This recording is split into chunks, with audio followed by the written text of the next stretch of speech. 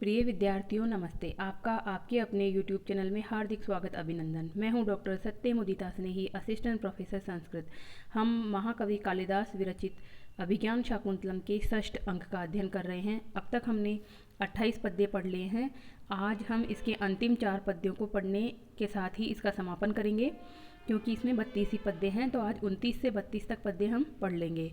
तो 28वें पद्य में हमने क्या देखा था कि राजा जो हैं वह विदूषक को छुड़वाने के लिए उस जो अदृश्य राक्षस वहाँ उपस्थित हुआ है उसको ललकारते हुए कहते हैं कि हे तरस्कारिणी गर्वित, यानी कि छद्म विद्या को जानने वाले, उसके घमंड से चूर, मेरा ये अस्त्र तुम्हें देख लेगा। मैं नहीं देख पा रहा हूँ, मेरी आंखें तुम्हें नहीं देख पा रही है, परंतु मेरा ये अस्त्र तुम्हें नहीं छोड़ेगा, वह ज़रूर देख लेगा। और मेरा ये अस्त्र जो है यानी धनुष है, उससे छोड़ा हुआ ये जो बाण है वो ऐसी विशेषता वाला है कि यह मारने योग्य को भी मारता है और छोड़ने योग्य को छोड़ देता है। जिस प्रकार से हंस जो है वो ग्रहण करने योग्य दूध को ले लेता है और छोड़ने योग्य पानी को त्याग देता है, छोड़ देता है। तो हंस के बारे में ये प्रसिद्ध है कि हंस जो है वो जब उसमें होता है, तालाब में होता है, तो वहाँ पर कमलनाल वगैरह उगे होते हैं, उनमें से वह पानी को छोड़ते हुए दूध को पी लेता है उसमें से। तो हंस को नीर शीर विवेकी भी कहा जाता है। तो इस प्रकार से हमें जो 28वां पद्य था वह एक तरह से राजा के क्रोध का सूचक था वह, और उसी वजह से वहाँ पर रौद्र रस ध्वनित हुआ था। तो बहुत ही अच्छा पद्य था। अब हम आगे देखते हैं कि किस प्रकार से जो आगे संवाद बैठते हैं और कौन किस तरह से बात कहता है। तो यहाँ पर देखिए, ततः प्रविशति विदूषकम उत्सृज्य मातली। ततः यानी अभी जो पहले 28वां श्लोक हुआ उसके बाद प्रवेश करता है विदूषक को छोड़कर मातली। मातली जो है वह इंद्र का सारथी है, इंद्र के द्वारा भेजा हुआ एक तरह से संदेशवाहक है, यहाँ पर जो राजा के लिए कुछ संदेश लेकर आया है। तो उसी ने विदूषक को पकड़ रखा था और अब उसने छोड़ दिया है विदूषक को, क्योंकि उसे लगा कि राजा ने बिल्कुल धनुष तान लिया है और बाण छोड़ने ही वाला है, और हो सकता है राजा का बाण जो है मुझे ही लग जाए अदृश्य रूप में जो मैं उपस्थित हूँ, और तो फिर नुकसान हो सकता है। तो वह तुरंत उस समय का सदुपयोग करते हुए बिल्कुल सटीक समय पर अपने आप को प्रकट कर देता है और विदूषक को भी छोड़ देता है। और पहला ही वाक्य उसका जो मातली का है वो श्लोक के रूप में है, और बहुत ही अच्छा उसने कहा है यहाँ पर कि उसका बिल्कुल उद्देश्य पता चल गया कहने से ही कि क्यों आया है, वो संदेश क्या है उसके पास। तो यह उसने कह दिया। तो क्या कहा उसने, कृता शरव्यम हरिणा तवासुरा सरासनम तेषु विकृष्यतामिदं प्रसाद सौम्यानि सताम सुहज्जने पतंति चक्षुंसी न दारुणा शरा। तो ये चूंकि इंद्र का संदेश वाहक है, इंद्र क्या संदेश लेकर राजा के पास आया है, तो इंद्र की तरफ से ही कहेगा जो भी कहेगा। तो क्या कह रहा है, हरिणा यानी इंद्र के द्वारा। हरि शब्द जो है इंद्र का पर्यायवाची भी है, इसमें तृतीय विभक्ति एकवचन लगी हुई है। तो इंद्र के द्वारा तव तुम्हारा शरव्यम लक्ष्य बनाया है, असुरा असुरों को, कृता यानी किया गया है। हरिणा असुरा तव शरव्यम कृता। हरि यानी कि इंद्र के द्वारा असुरों को तुम्हारे बाण का लक्ष्य बनाया गया है। शर शब्द का मतलब होता है बाण, और शरव्यम का मतलब हो जाएगा बाण का लक्ष्य बनाया गया है। यानी कि ये जो बाण तुम मेरे ऊपर ताने हो, इसको मेरे को लक्ष्य मत बनाओ, यह इसका लक्ष्य, इस बाण का, आप भले ही इस बाण को पुनः वापस अपने तरकश में मत डालो, परंतु इसका लक्ष्य जो है बदल दो। और जो इंद्र भगवान के द्वारा सोचा गया है कि असुरों को आपके द्वारा उन्हें वध करना है, आपको वध करना है उनका, तो इसका लक्ष्य, आपके बाण का लक्ष्य उन असुरों को कर लो। तो इंद्र के द्वारा असुर लोगों को ही तुम्हारे इस बाणों का लक्ष्य बनाया गया है। तेषु इदम सरासनम, तेषु उन पर ही, इदम शरासनम इस बाण को, विकृष्यताम जो है खींचो। बाण को नहीं है यहाँ पर, सरासन का मतलब होता है धनुष। सर जिससे फेंके जाते हैं, सर यानी बाण, बाण जिससे फेंके जाते हैं वो शरासन होता है यानी धनुष। तो उन पर ही इस धनुष को खींचो, क्योंकि खींचो विकृष्यताम शब्द का मतलब होता है खींचना। तो जब धनुष छोड़ा जाता है तो उसका जो प्रत्यंचा है उसको खींचा जाता है, उसकी जो डोरी होती है उसको खींचा जाता है, इसलिए खींचना शब्द यहाँ पर आया है। तेषु इदम सरासनम विकृष्यताम, उन पर ही इस धनुष को खींचो। प्रसाद सौम्यानि सताम सुहृज्जने पतंती चक्षुषी न दारुणा शरा। प्रसाद सौम्यानि, प्रसाद यानी प्रेम पूर्वक जो है अनुग्रह युक्त, सौम्यानि सुंदर जो है, नेत्राणि चक्षुंसी यानी नेत्राणि नेत्र चक्षु, सुहृद जने गिरते हैं, सुहृदजने पतंती मित्र लोगों पर गिरते हैं, सताम यानी सज्जनों के। सज्जनों के जो आँखें हैं, आँखों की विशेषता है या विशेषण है प्रसाद सौम्यानी, तो यहाँ बन जाएगा आपका प्रसाद सौम्यानी चक्षुंसी। किसके हैं ये चक्षु? सताम सज्जनों के। और किस पर गिरने हैं? सुहृदजनों पर गिरने हैं, मित्र जनों पर, अपने जो है खास प्रिय लोगों पर। सज्जनों के जो प्रसाद सौम्यानी चक्षुंसी कृपा पूर्वक जो सुंदर जो नेत्र हैं वह सुहृदजने पतंती सुहृदजनों पर गिरते हैं, वह नेत्र यानी सुहृदजनों पर कृपा युक्त दृष्टि डाली जाती है। न दारुणा शरा, दारुण यानी भयंकर कठोर, शरा यानी कि बाण नहीं डाले जाते हैं, यानी आप जो है मेरे पे बाण छोड़ने के लिए तैयार हो रहे हैं, जबकि मैं तो आपका मित्र स्वरूप ही हूँ, क्योंकि जो इंद्र हैं वह राजा के मित्र हैं। तो ये इंद्र की तरफ से ही संदेश लेकर आए हैं, तो मैं भी आपका मित्र हुआ, तो मेरे पर आप जो हैं ये कठोर बाण ना छोड़िए, मेरे ऊपर तो आप अपनी सौम्य दृष्टि रखिए, कृपा दृष्टि रखिए। तो इस प्रकार से यहाँ पे कहना चाह रहे हैं मातली। तो वापस देख लीजिए नीचे वाली लाइन को, सताम सुहृदजने प्रसाद सौम्यानि चक्षुंसी पतंती दारुणा शरान। सज्जनों के अपने मित्र लोगों पर, अपने सगे संबंधियों पर, सुहृदजनों पर कृपापूर्ण सुंदर नेत्र ही गिरते हैं, दारुणा शरान। दारुण जो कठोर बाण नहीं गिरते हैं, उन पे कठोर बाणों का लक्ष्य तो शत्रुओं को बनाया जाता है, मित्रों को नहीं बनाया जाता। इस प्रकार से यहाँ पर वंशस्थ छंद है, जतऊ तो वंशस्थम मुदीरितम जरऊ। इस प्रकार से 12 अक्षरों वाला छंद होता है, जतऊ जरऊ यानी ज त और ज र, ये इसमें गण होते हैं। तो यहाँ पर हमने ये देख लिया। अब देख लीजिए यहाँ पर अलंकार। तो अलंकार हमें यहाँ पे बहुत अच्छे अच्छे अलंकार मिलेंगे। अर्थांतन्यास अलंकार मिलता है हमें सबसे पहले। तो इसमें अर्थांतन्यास अलंकार में क्या होता है, सामान्य का विशेष से या विशेष का सामान्य से समर्थन किया जाता है, जिसमें साधर्म में भी हो सकता है, वेधर्म में भी हो सकता है। सामान्यम व विशेषो व तदन्येन समर्थ्यते यत्र सो अर्थांतन्यास साधर्मेण इतरेण वा। तो इस लक्षण के अनुसार यहाँ पर हमें जो श्लोक के उत्तरार्ध है, यानी कि जो अंतिम लाइनें हैं, तीसरा और चौथा चरण से बनती है जो लाइन, तो उत्तरार्ध कहेंगे उसे। तो यहाँ पर उत्तरार्ध जो है वो सामान्य है, क्योंकि एक सामान्य कथन कहा जा रहा है कि सज्जनों का अपने मित्र गणों पर सौम्य नेत्र गिरते हैं, दारुण जो है नेत्र नहीं, दारुण शर नहीं गिरते, बाण नहीं गिरते हैं। तो उत्तरार्ध सामान्य के द्वारा पूर्वार्ध विशेष का समर्थन हो रहा है यहाँ पर, अतः अर्थांतन्यास अलंकार है।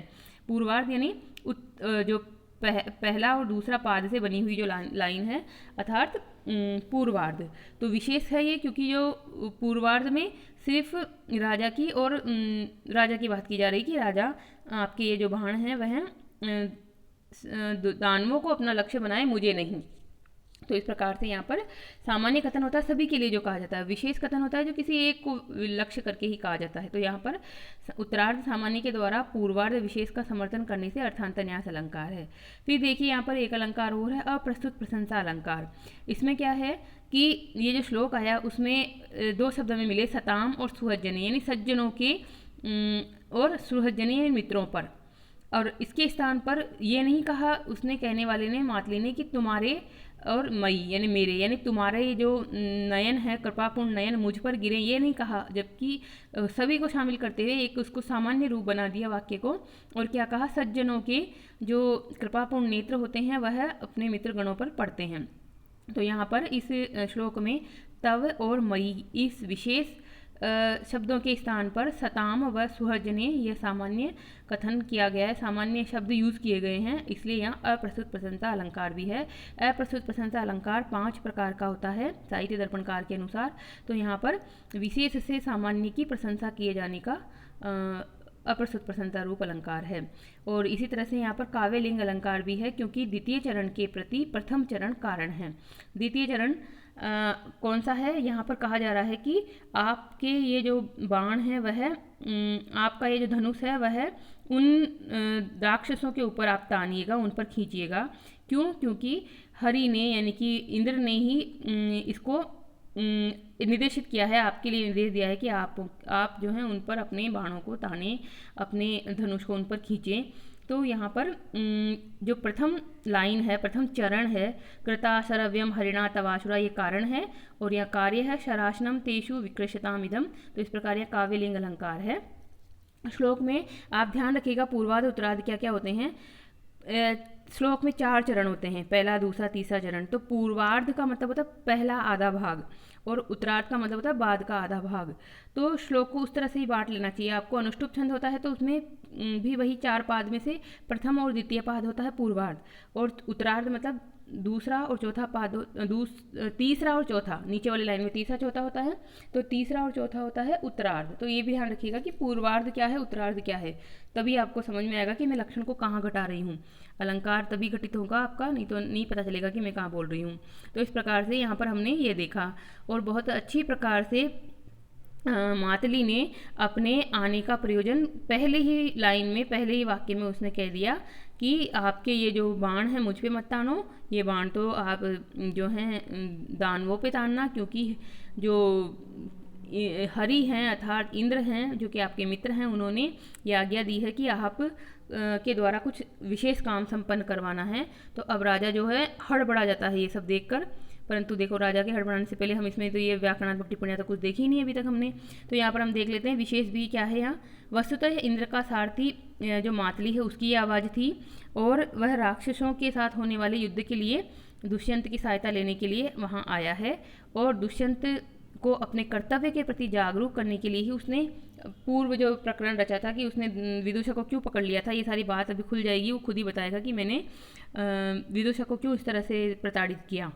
तो इसमें देख लीजिए कुछ ग्रामर संबंधित बातें हमें मिलती है। तो देखिए कृताह, कृताह में क्या है, क्री धातु से त प्रत्यय है, और कृताह टाप और बहुवचन में कृताह, क्योंकि यहाँ पे असुरा कृता से बना हुआ है ये, तो असुरा कृताह, ये टाप तो नहीं है इसमें, ये है बहुवचन है, जैसे राम है रामौ रामः, वैसे कृतः कृतौ कृताः, असुराः कृता, इस तरह से ये बनेगा। और इसके बाद में हमें यहाँ पर मिलता है प्रसाद शब्द को समझना है आपको। तो प्रसाद का मतलब अनुग्रह है, प्रसादेन सौम्यानि, प्रसाद सौम्यानि तत्पुरुष समास।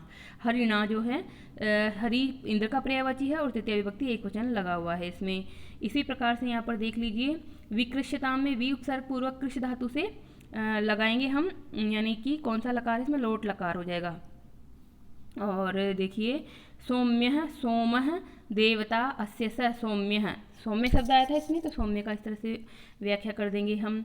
और शरव्यम, शरव्यम में क्या होता है, शृणाति इति शरु तस्मै हितम शरव्यम, इस प्रकार से व्युत्पत्ति होती है। कुछ जो है लिख सकते हैं तो लिख दीजिएगा, आप नहीं लिख सकते हैं तो इतना परेशान होने की जरूरत नहीं है। अब आगे बढ़िए, राजा जो हैं वह ससंभ्रमम अस्त्रम उपसंहरन, संभ्रमम यानी हड़बड़ाहट के साथ, अस्त्र को यानी उस धनुष को, उपसंहरम बलपूर्वक वापस रोकते हुए, खींचते हुए, उसने क्या किया, तान लिया था, बिल्कुल छोड़ने ही वाला था बाण, तो अब एकदम से जैसे ही मातली माँ प्रकट हुआ तो वह घबरा गया राजा, और जल्दीबाजी से उसने जल्दी में अपने उस अस्त्र को रोका, नहीं तो बाण छूट जाता तो कुछ गड़बड़ हो जाती वहाँ पर। अरे मातली स्वागतम महेंद्र सारथे, अरे मातली महेंद्र के सारथी यानी इंद्र के सारथी आपका स्वागत है। प्रविश्य, प्रवेश करके, अब कौन प्रवेश हुआ है तो अगले वाक्य से पता चल रहा है, विदूषक प्रवेश हो गया वहाँ पर।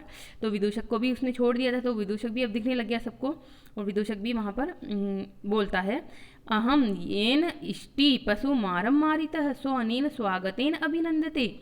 सबको सुनाकर नहीं कह रहा, अपने आप से एक धीरे से कह रहा है वो, अहम जिसके द्वारा मैं पशु मारम मारिता है, और इष्टि शब्द को देख लीजिए यहाँ पर, येन प्लस इष्टि, इष्टि का मतलब था यज्ञ, यज्ञ पशु के समान मार मारा गया, मुझे यज्ञ के पशु के समान पीटा गया, मारा गया।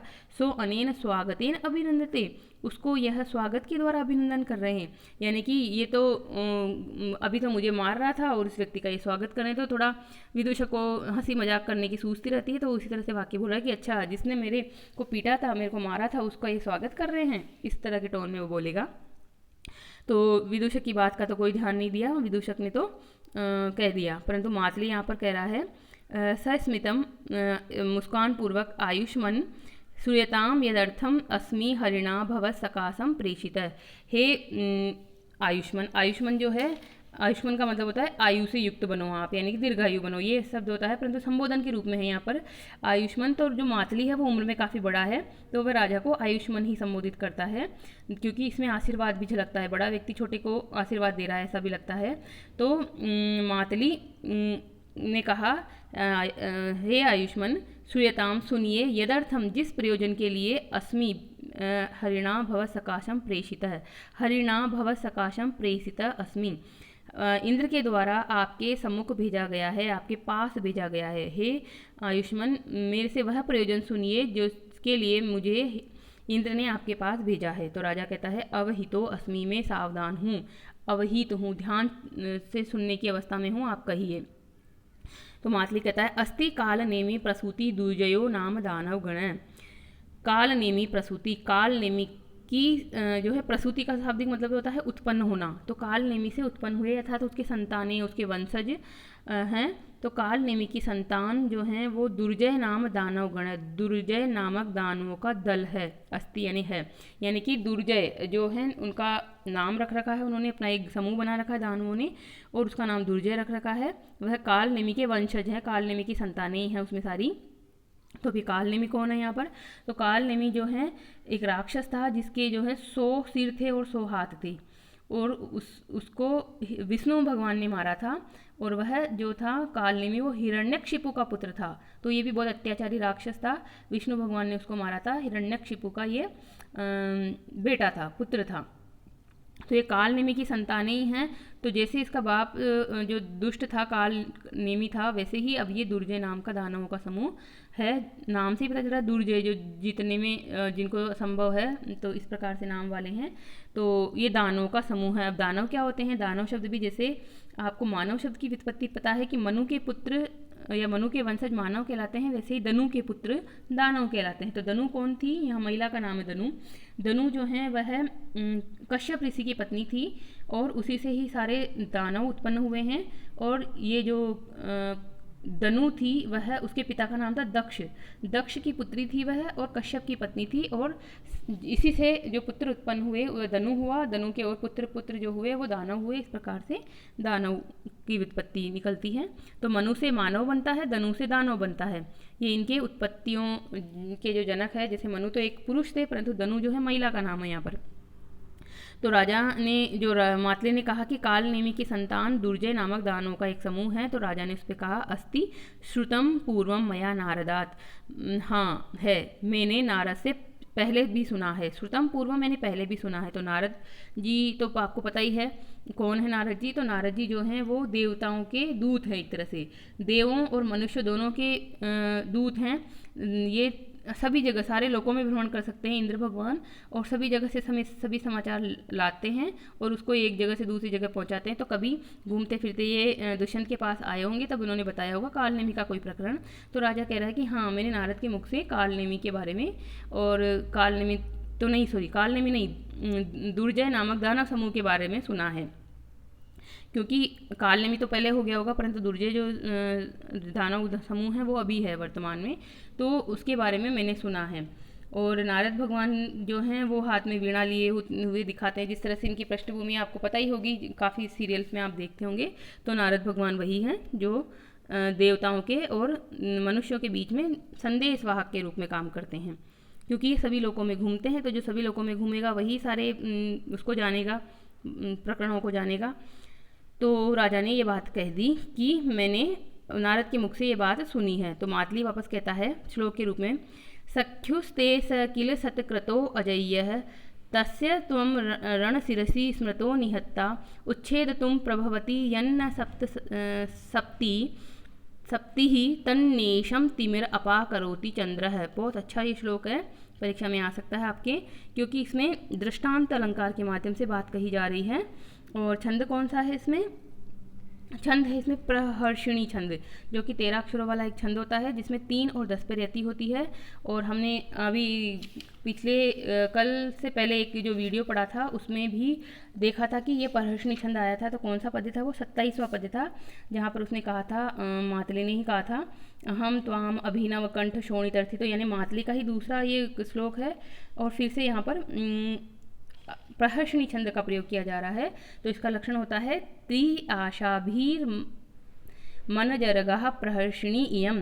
3 और 10 आशा भी यानी 3 और 10 से यति जिसमें होती है, और मनजरगा यानी मगण, नगण, जगण, रगण और गुरु, इस प्रकार 13 अक्षरों से युक्त प्रहर्षणी छंद होता है। तो यहाँ प्रहर्षणी छंद है, तो मातली के मुख से फिर से प्रहर्षणी छंद में कहा जा रहा है कि क्या कहा जा रहा है, अन्वय पर ध्यान दीजिए। स किल ते सख्यु सत्क्रतो अजय्यः, स वह दानवों का जो समूह है, वह किल निश्चित रूप से, ते सख्यु तुम्हारे मित्र, सतक्रतु इंद्र के द्वारा, अजय्य है अजेय है, यानी इंद्र इन पर अभी जीत हासिल नहीं कर पा रहे हैं, वह अजेय हैं।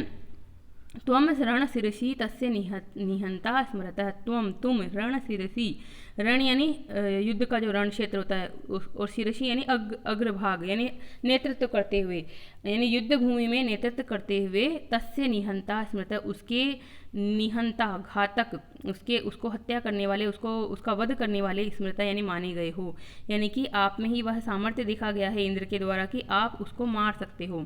ऐसा नहीं है कि इंद्र नहीं मार सकता, पर इंद्र पराक्रमशाली नहीं है, ऐसी बात नहीं है। इंद्र जिस कार्य को कर सकता है वो इंद्र कर रहा है, और जिसको आप कर सकते हैं वो आपसे ही किया जाना चाहिए। क्यों? क्योंकि देखो एक अच्छा सा यहाँ पर 2 लाइनें आ रही नीचे की, उनमें कितनी अच्छी बात कही जा रही है। सप्त सप्ती यानी सूर्य, यत नेशम तिमिरम उच्छेतुम न प्रभवती, यत जिस नेशम तिमिरम निशा काल के तिमिर को, अंधकार को, उच्छेतुम न प्रभवती दूर करने में समर्थ नहीं होता है, तत् उसे, उस अंधकार को, चंद्रः अपाकरोति चंद्रमा दूर करता है। तो कहने के मतलब क्या है, दिन में तो सूर्य प्रकट होकर सूर्य अंधकार को दूर कर देता है, परंतु रात के समय सूर्य नहीं होता है, तो उस समय चंद्रमा ही जो है रात के अंधकार को दूर करता है। दोनों का अपना अपना महत्व, दोनों का अपना अपना कार्य है। तो इंद्र जो हैं वह सामर्थ्यशाली होते हुए भी आप में कुछ ऐसा पराक्रम उन्होंने देखा है जिसके द्वारा ही उस दुर्जय नामक दानव समूह को जीता जा सकता है। तो यहाँ पर कुछ शब्द हैं जिनको आपको समझ लेना चाहिए। शतक्रतु, शत का मतलब था 100 और क्रतु का मतलब था यज्ञ। तो यज्ञ यानी अश्वमेध यज्ञ की बात हो रही है यहाँ पे। 100 अश्वमेध यज्ञ करने वाले व्यक्ति को इंद्र की उपाधि प्राप्त होती थी। इंद्र कोई एक व्यक्ति नहीं है, इंद्र एक पद होता था। तो 100 अश्वमेध यज्ञ करने वाले व्यक्ति को इंद्र का पद मिलता था। एक तो ये भी इसका अर्थ है। दूसरा क्रतु शब्द का मतलब बल भी होता है। तो जो असंख्य बल से युक्त है, जो असीमित बल से युक्त है, वह भी शतक्रतु कहा जाता है। तो यह इंद्र के लिए यहाँ पे कहा गया है, पर्यायवाची है इंद्र का। फिर आगे देखिए नैशम, तो नैशम क्या है, निशा, निशा यानी रात्रि, रात्रि से संबंधित अंधकार जो है वह नैशम तिमिरम हो गया। सप्त सप्ती, इसको समझो, सप्त यानी 7, सप्ती यानी घोड़े, सप्ती यानी घोड़े, तो 7 घोड़ों से युक्त अर्थात सूर्य का ये पर्यायवाची है। तो सूर्य के 7 घोड़े क्या चीज़ होती है, तो सूर्य के जो है 7 किरणें होती है, सूर्य की 7 अलग अलग प्रकाश होते हैं सूर्य की किरणों में। तो सूर्य की 7 रंग की किरणों को उसके 7 घोड़े माना गया है। और हमें वैज्ञानिक दृष्टि से भी ये बात पता है कि जो स्पेक्ट्रम होता है, जो सूर्य से निकला हुआ किरणों का एक समूह होता है, उसमें 7 प्रकार के रंग होते हैं। 7 ही रंग होते हैं जो इंद्रधनुष के रंग माने जाते हैं। जो 7 मुख्य रंग है वो सारे ही सूर्य के प्रकाश में माने जाते हैं। तो इस प्रकार से यहाँ पर सप्त सप्ती जो है सूर्य का पर्यायवाची है। तो यहाँ पर किस तरह से हमें अलंकार मिलते हैं, छंद तो मैंने बता ही दिया, प्रहर्षणी छंद है। अब अलंकार पे ध्यान दीजिए। तो अलंकार हमें यहाँ पर मिलेगा दृष्टांत अलंकार। इसको भी आपको अच्छे से घटाना पड़ेगा कि किस तरह से दृष्टांत घटाया गया है। यहाँ पर इंद्र को सूर्य और राजा को चंद्रमा माना गया है, और दोनों का अपना अपना महत्व है।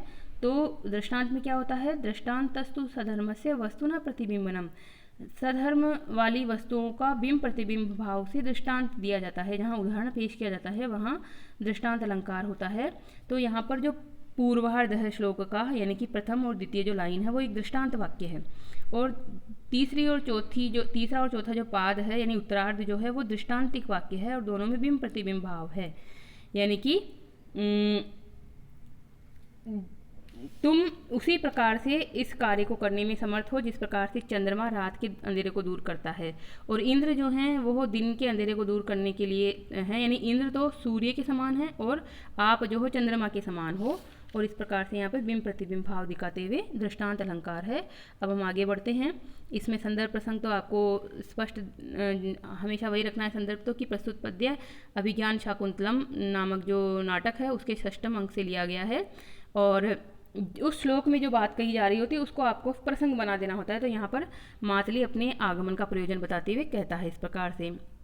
अब आगे देखिए, अनुवाद तो समझ में आ गया होगा आपको, मैंने समझाया वही है।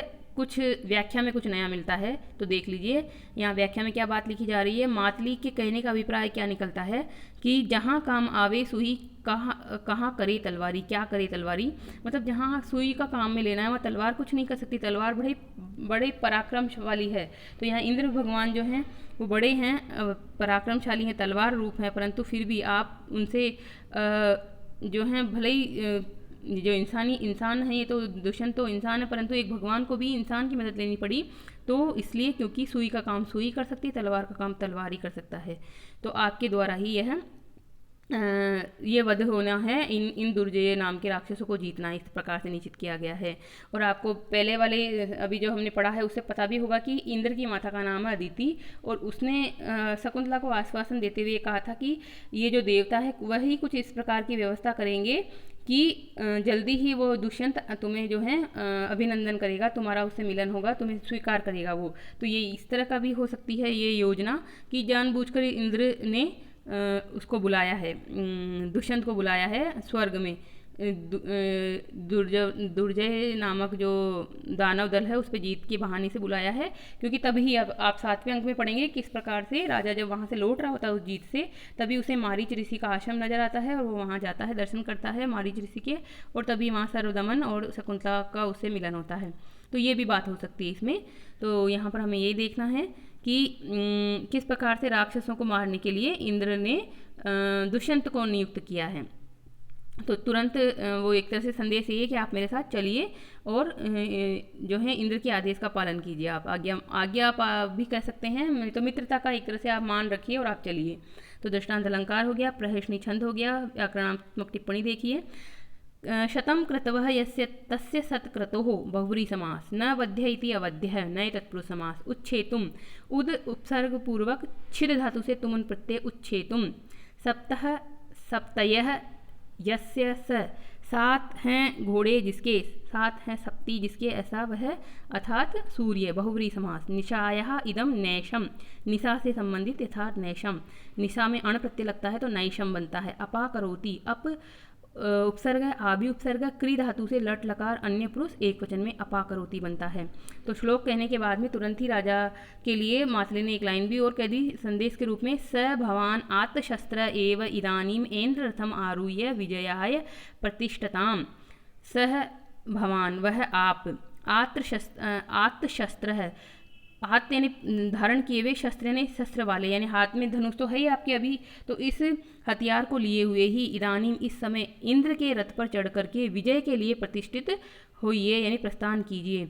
आप इसी समय हथियार हाथ में लिए हुए ही इंद्र के रथ पर बैठकर विजय के लिए प्रस्थान करें, मेरे साथ ही प्रस्थान करें। तो राजा कहता है अनुगृहीतो अहम अनया मघवतः संभावनया अथ माधव्यस्य प्रति भवता किम एवं प्रयुक्तम। तो बात उसने दोनों बातें कह दी एक ही लाइन में, अनुग्रहिता अहम अनया मघवतः संभावनया। इस जो है मघवत का मतलब है यहाँ इंद्र की, संभावना यानी आदर, इंद्र के इस आदर के द्वारा मैं बहुत ही अनुग्रहित हूँ, बहुत ही अपने आप को धन्य समझता हूँ। मघवत है यानी इंद्र का, मघ का मतलब होता है धन, धन से युक्त अर्थात ऐश्वर्य से युक्त, धन से युक्त जो है वो है इंद्र। इंद्र की इस जो है सम्मान सूचक जो बातें हैं उससे मैं बहुत ही अनुग्रहित हूँ। अथ परंतु बताओ माधव्य के प्रति आपने इस प्रकार का व्यवहार क्यों किया। माधव्यम प्रति भवता किम एवं प्रयुक्तम, आपने ऐसा क्यों किया। तो मातली कहता है तदपि कथ्यते, वह भी कहता हूँ, सुनिए वह भी कहता हूँ। किंचित निमित्तात् अपि मनः संतापाद आयुष्मन मया विक्लवो दृष्टः। किंचित किसी निमित्तात् कारण से जो है आयुष्मन मैंने आपको, आयुष्मन यानी आपको, मनः संतापात मन के संताप के कारण, मानसिक दुख के कारण, विक्लवा दृष्ट है दुखी देखा गया, व्याकुल देखा गया। मैंने किसी कारण से आपको मानसिक संताप से व्याकुल देखा। पश्चात कोपयितुम आयुष्मंतम ततः कृतवान अस्मि, उसके बाद देखा, उसके बाद ही आपको क्रोध दिलाने के लिए, कोपयितुम यानी क्रोध दिलाने के लिए, आयुष्मंतम यानी आपको, आप आयुष्मान आपको क्रोध दिलाने के लिए ही, तथा कृतवान अस्मि उस प्रकार से किया हूँ, किया मैंने। कुतः क्योंकि, अब किया वो तो ठीक है, परंतु अपनी बात को स्पष्ट करने के लिए एक बहुत अच्छा सा पद्य भी पढ़ रहा है वो, क्योंकि क्या मेरा मन में उद्देश्य था, मैंने वह ऐसा क्यों किया, तो उसके लिए क्या कहा उसने। तो देखिए ये आर्य जाति छंद में ये श्लोक है। और कहा मातली ने, ज्वलयति चलित ईंधनो अग्निर्विप्रकृतः पन्नगः फणां कुरुते प्राय स्वं महिमानं शोभात प्रतिपद्यते ही जनः। चलित ईंधन है अग्नि ज्वलती, चलित ईंधन, ईंधन को चलाने पर यानी हिलाने डुलाने पर ही अग्नि ज्वलती, अग्नि जलती है, अग्नि जलती रहती है। अगर हमें चूल्हे में अग्नि को कंटिन्यूसली चलाना होता, जलाए रखना है, तो वो जो ईंधन होता है उसको हिलाना डुलाना पड़ता है, यानी कि जब वो जल चुका होता है तो फिर से आगे सरकाना होता है, तभी वो ईंधन वहाँ पर जलता है। या फिर ये भी हो सकता है कि चलित करने पर यानी रगड़ने पर ही, दो जो लकड़ियाँ होती है, दो जो चीज़ें होती हैं उनको रगड़ने पर ही अग्नि प्रज्वलित होती हैं। तो ये एक उदाहरण हो गया। दूसरा लिया, विप्रकृतः पन्नगः फणाम कुरुते, पन्नगः यानी सांप, विप्रकृतः छेड़े जाने पर, उसका अपमान किए जाने पर ही, फणाम कुरुते फणों को करता है, यानी कि गुस्से में फण फैलाता है, फणों को करता है सांप भी। प्राय स्वमहिमानम शोभात प्रतिपद्यते ही जनः, ही निश्चित रूप से जनः यानी जन, व्यक्ति भी क्या करते हैं, शोभाद क्रोध दिलाए जाने पर ही, स्वमहिमानम अपनी महिमा को, अपने सामर्थ्य को, प्रतिपद्यते प्रकट करते हैं, यानी कि वापस से प्रभाव को, पराक्रम को धारण करते हैं। तो आप चूँकि दुख में थे, तो आप इस दुख की अवस्था में तो इंद्र भगवान के लिए कुछ भी कार्य करने का सामर्थ्य नहीं रखते थे, युद्ध में जाने की तो आपकी स्थिति होती नहीं, तो आपको पुनः वीर रस से युक्त करने के लिए मैंने इस प्रकार का स्वांग रचा। तो मुझे जो है इसमें भाव यही है कि मेरा गलत उद्देश्य नहीं था, आप मेरे उद्देश्य को समझें और आप भी तुरंत इंद्र के लिए प्रस्थान करें। तो यहाँ पर देखिए, ये जो पद्य है कहने में तो बहुत सरल सा ही दिख रहा है आपको, पर यहाँ पर भी हमें दिखेगा एक दृष्टांत अलंकार, और उसको समझने के लिए आपको थोड़ा सा बातें समझनी होगी। और दृष्टांत भी यहाँ पर माला रूप दृष्टांत है, क्योंकि यहाँ पर माला के रूप में दो उपमान प्रयोग किए गए हैं। तो जो नीचे वाली लाइन है उसमें है जन शब्द है, वो उपमेय है यहाँ पर, और उपमान यहाँ पर है अग्नि और पन्नग है, अग्नि पहली लाइन में और पन्नग यानी सांप। तो उपमेय और उपमान ये दो देख लिया आपने। अब उपमेय और उपमान वाक्यों का साधर्म्य में बताया जा रहा है। यहाँ पर नीचे जनः के साथ जुड़ेगा महिमानम प्रतिपद्यते, और अग्नि के लिए होगा ज्वलती, और इसके लिए पन्नग के लिए होगा फणाम कुर्वते। तो साधर्म्य यहाँ पर महिमानम प्रतिपद्यते और ज्वलती एवं फणाम कुर्वते का बिंब प्रतिबिंब भाव दिखाया गया है, अतः यहाँ दृष्टांत अलंकार है। और चूंकि यहाँ पर दो उपमान प्रयोग किए गए हैं, तो इसलिए ये माला दृष्टांत हो गया, माला रूप दृष्टांत, यानी माला बन गई। दो, एक से अधिक जब हो जाती है कोई चीज़ें तो उसको माला के रूप में बताया जाता है। तो माला दृष्टांत है, यहाँ पर दृष्टांत अलंकार है, इस प्रकार से यहाँ पर है। यहाँ पर अर्थांत न्यास अलंकार भी है, क्योंकि पूर्वार्ध विशेष कथन का उत्तरार्ध सामान्य से समर्थन हो रहा है। क्योंकि पूर्वार्ध में विशेष है कि अग्नि और पन्नग के बारे में बात हो रही है, परंतु नीचे वाला जो वाक्य एक सामान्य है, क्योंकि सामान्य जन के लिए, सबके लिए कहा जा रहा है। तो पूर्वार्ध विशेष का उत्तरार्ध सामान्य के द्वारा समर्थन है यहाँ पर। अब एक और है इसमें अप्रस्तुत प्रशंसा अलंकार। तो देखिए नीचे वाली लाइन में जनः के स्थान भवान नहीं, यहाँ पे भवान के स्थान पर जनः कह दिया, यानी कि आपको भी मैं क्रोध दिलाना चाहता था इसलिए मैंने ऐसा किया, ये नहीं कहा उसने। इसके जगह क्या कहा कि यहाँ पर भगवान विशेष के स्थान पर सामान्य जन कहा कि सभी लोग गुस्सा दिलाए जाने पर अपना पराक्रम को प्रकट करते हैं। इस प्रकार से अप्रस्तुत प्रशंसा भी है यहाँ पर, यानी विशेष के द्वारा सामान्य, इस प्रकार से यहाँ पर विशेष के स्थान पर सामान्य का कथन होने से अप्रस्तुत प्रशंसा अलंकार भी है। तो यहाँ पर हमें ये हो जाते छंद अलंकार की दृष्टि से। तो पूरा व्याख्या में देखिए, इस श्लोक में बहुत ही मनोवैज्ञानिक एक दृष्टिकोण प्रस्तुत किया गया है। दुष्यंत विरह और पश्चाताप के आग में जल रहा था, उसे बाहर निकालना बहुत कठिन था, परंतु बहुत ज़रूरी भी था, क्योंकि अब उसे युद्ध के लिए भेजना है। तो कालिदास ने यहाँ पर इस तरह से मातली के द्वारा ये स्वांग करवाया और राजा में पुनः जो है जोश का संचार किया, क्योंकि राजा के परम मित्र को किसी ने पकड़ लिया है, मारने को आतुर है, खाने को आतुर है, तो राजा में जोश आना स्वाभाविक ही है। तो राजा यहाँ पर इस श्लोक की वजह से, मतलब इस श्लोक नहीं, इस स्वांग की वजह से, मातली के द्वारा किए गए इस स्वांग की वजह से शकुंतला को और जो उसके पुत्र का जो वियोग था उस सबको भुला दिया है बिल्कुल, यानी वो प्रकरण बिल्कुल छूट गया है पीछे, और अब नया प्रकरण शुरू हो रहा है कि राजा युद्ध के लिए प्रस्थान करेगा। तो यहाँ पर दृष्टांत अलंकार है ही। व्याकरण देखिए, चलितम ईंधनम यस्य स चलित ईंधन।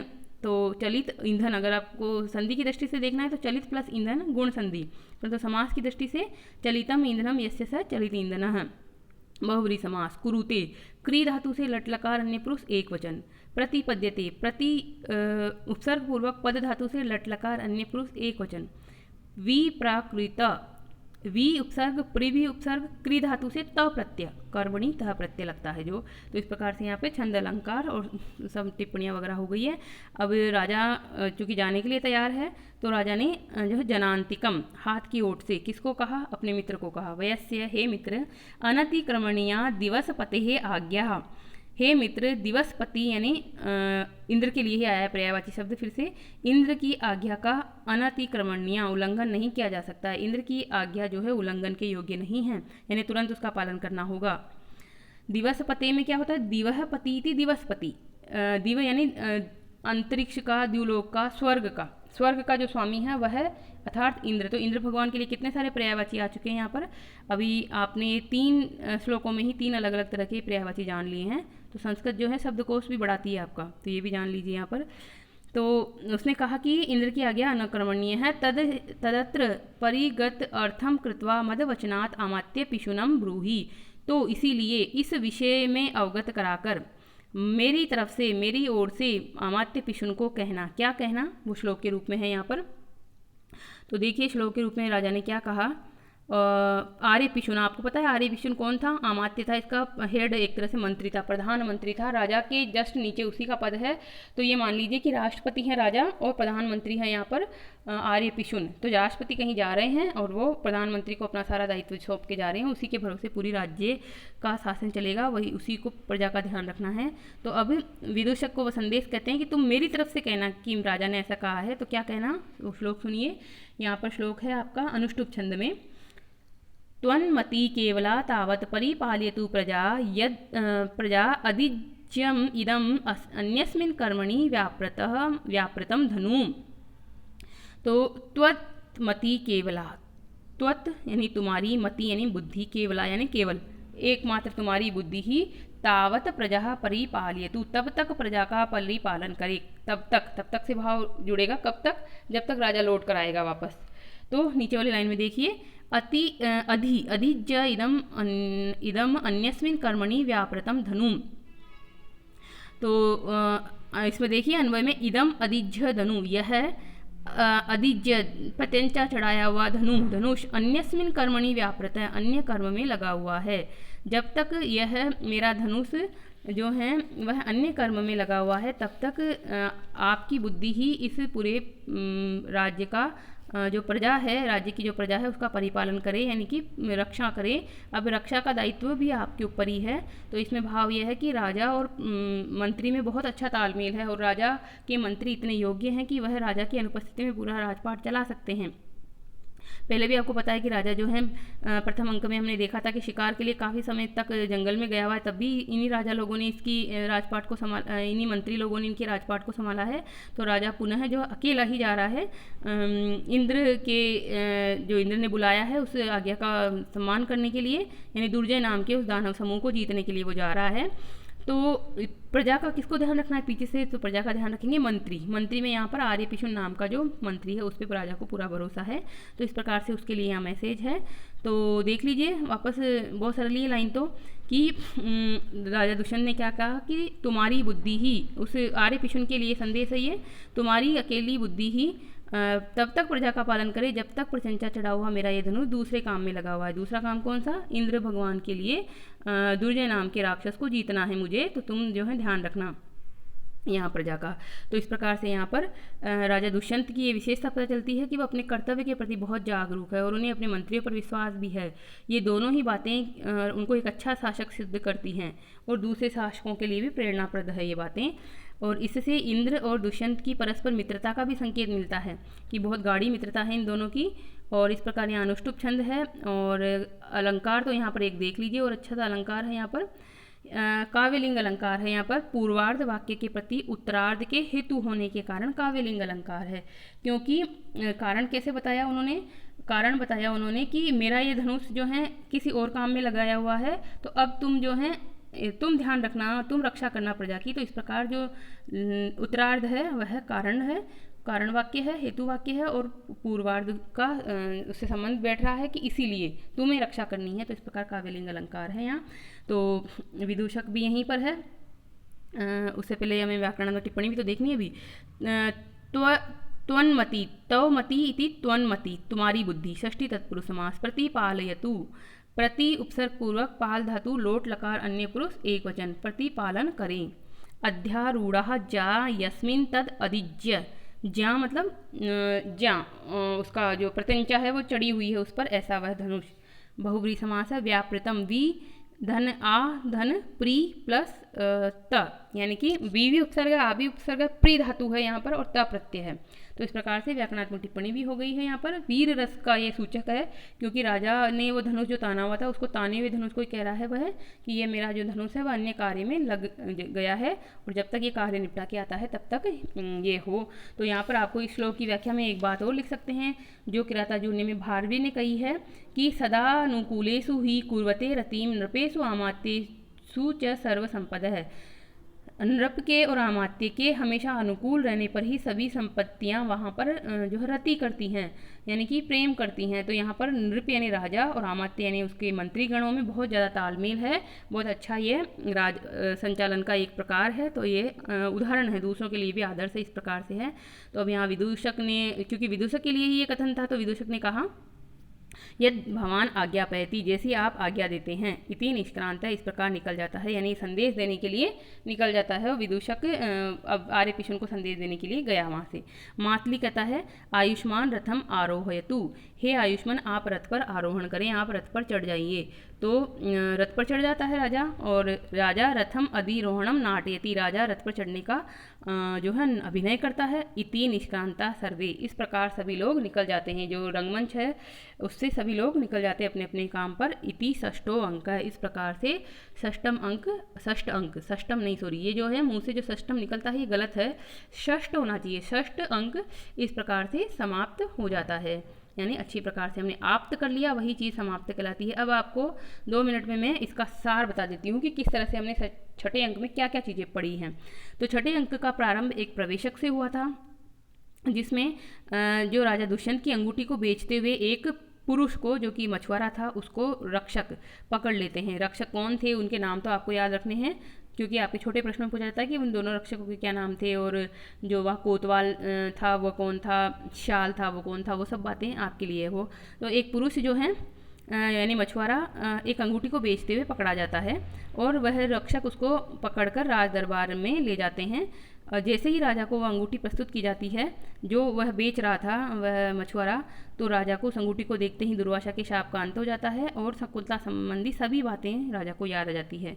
और राजा बहुत दुखी होता है, अपने निष्ठुर व्यवहार पर वो बहुत दुखी होता है। और इसी दुखी अब विरह की अवस्था में राजा जो है कौमुदी महोत्सव, जो वसंत महोत्सव, उसका भी वहाँ पर रोक लगवा देता है और आत्मग्लानि में ही वह दुख का समय जीवन जी रहा है और अपने दुख को दूर करने के लिए वह शकुंतला का स्वनिर्मित चित्र देखता है और उस चित्र में जो भी कमियां रह गई है उसको ठीक करते हुए वह उसका परिवर्धन करता है। एक भंवरे से युक्त उसने शकुंतला बनाई थी, वहाँ पर वो चित्र है। तो इसी समय जब चित्र को देख रहा है तो वसुमती के आने का प्रकरण होता है और उस चित्र को लेकर जो विदूषक है वो मेघ प्रतिच्छंद नाम के महल पे चला जाता है।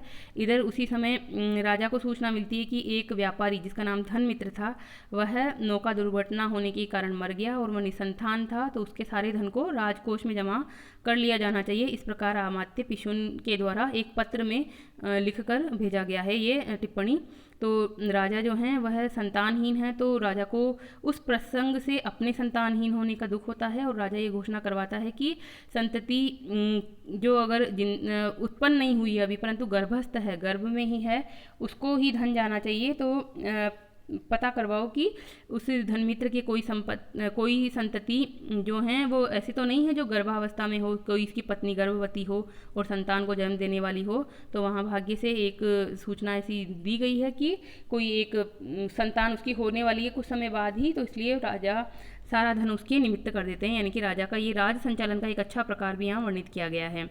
फिर यहीं पर जो दुखी अवस्था में ही राजा जी रहा है अपना जीवन, तो मेनका की द्वारा भेजी गई एक सखी जो कि सानुमति नाम की अप्सरा है, वह इस सारे प्रकरण को अदृश्य रूप में देख रही होती है और राजा के इस प्रकार के विलाप को देखकर, राजा के इस प्रकार के दुख की अवस्था को देखकर वह बहुत ही खुश होती है और निश्चल प्रेम जानती है कि राजा ने किसी कारणवश ही उसको छोड़ा है।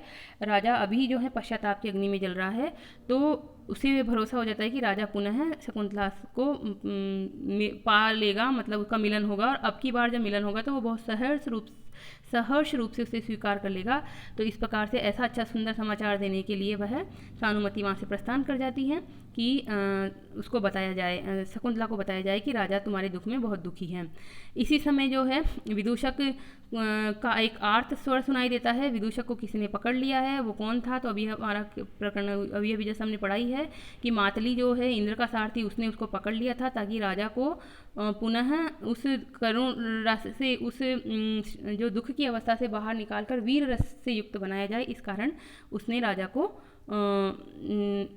को पुनः स्वस्थ अवस्था में, अपनी अवस्था में लाने के लिए इस प्रकार का स्वांग किया था।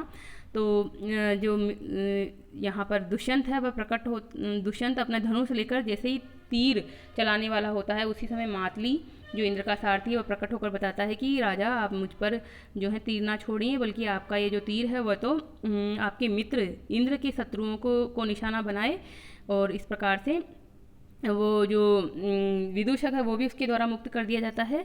और इंद्र का संदेश सुनाता है यहाँ पे मातली कि आपको स्वर्ग में जो उपद्रव मचाने वाले राक्षस हैं उनसे स्वर्ग को मुक्ति दिलानी है, इंद्र को मुक्ति दिलानी है, और आप स्वर्ग पधारे मेरे साथ ही। इस प्रकार राजा उसके इंद्र के रथ पर आरूढ़ होता है और स्वर्ग के लिए प्रस्थान कर देता है। इस प्रकार यहीं पर छठा अंक समाप्त होता है और इस छठे अंक में ही इतने सारे प्रकरण आए हैं। ये छठा अंक ही अभिज्ञान शाकुंतलम के इन 7 अंकों में से सबसे बड़ा अंक है और इसमें बहुत सारे अलग अलग प्रकरण हैं, कोई एक इसका विषय वस्तु नहीं है बल्कि बहुत सारे प्रकरण हैं। तो इस प्रकार से आज हमारा ये अंक पूरा हुआ। आगे 7वें अंक में इसका क्लाइमेक्स है कि किस तरह से राजा को शकुंतला और सरदमन मिलते हैं, तो वो आप जानिएगा आगे के अंकों में, मतलब आगे की वीडियो में। तो तब तक के लिए आज हम इसको यहीं पर विराम देते हैं। आपको वीडियो ज़रूर अच्छा लग रहा होगा तो इसको ज़्यादा से ज़्यादा लाइक करें, शेयर करें, और अभी तक भी चैनल को आपने सब्सक्राइब नहीं किया है तो सब्सक्राइब कर लीजिए। बेल आइकन को दबाकर ऑल शब्द पे क्लिक कर लीजिए ताकि सभी जो वीडियो हैं इस चैनल पर डलते हैं वो आपको तुरंत मिल जाएं। किसी भी तरह का कोई सुझाव हो, कोई समस्या हो तो कमेंट बॉक्स में अवश्य लिखें। तब तक के लिए धन्यवाद, आभार, बहुत बहुत आभार, धन्यवाद।